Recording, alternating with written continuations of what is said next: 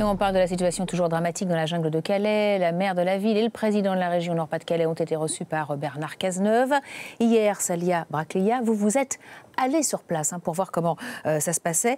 Et dès votre arrivée, vous avez constaté un changement d'ambiance, une certaine tension. C'est ça. Dès que vous arrivez en gare de Calais, on vous donne le ton.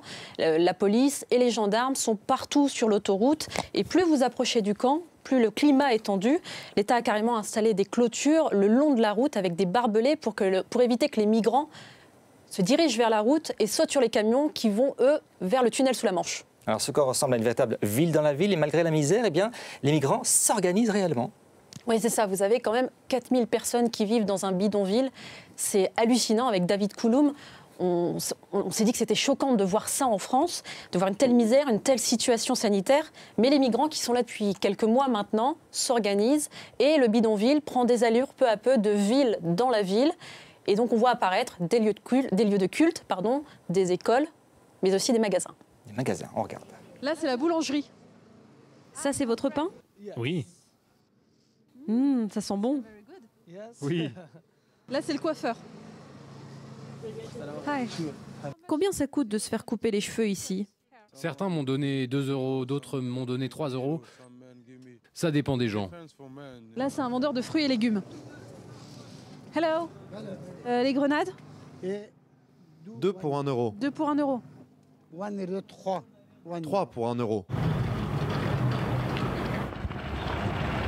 Là, on est mardi, c'est la distribution de chaussures. Mais le lundi, c'est la distribution des gants et des bonnets. Et le mercredi, les manteaux. Vous êtes content d'avoir de nouvelles chaussures? Oui, mais moi je chausse du 44 et ils m'ont donné du 40. Ah, ça paraît, c'est stupéfiant, c'est incroyable. On fait vraiment avec les moyens du bord. Oui, tout à fait, ils n'ont pas le choix. Par exemple, on a rencontré Recha. Recha, il a 19 ans. Il vient d'Irak et il vit avec son frère depuis quelques mois maintenant dans le camp.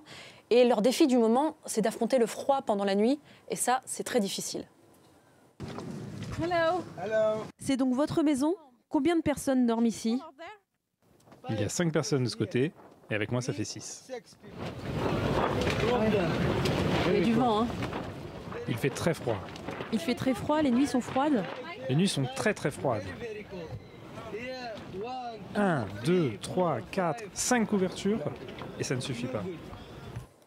Alors on voit que les migrants se sédentarisent, mais ils n'abandonnent pas l'idée d'aller quand même en Grande-Bretagne. Non, ils ne lâchent pas l'affaire, à l'image de Mokhtar, qui a 34 ans, et lui il est iranien.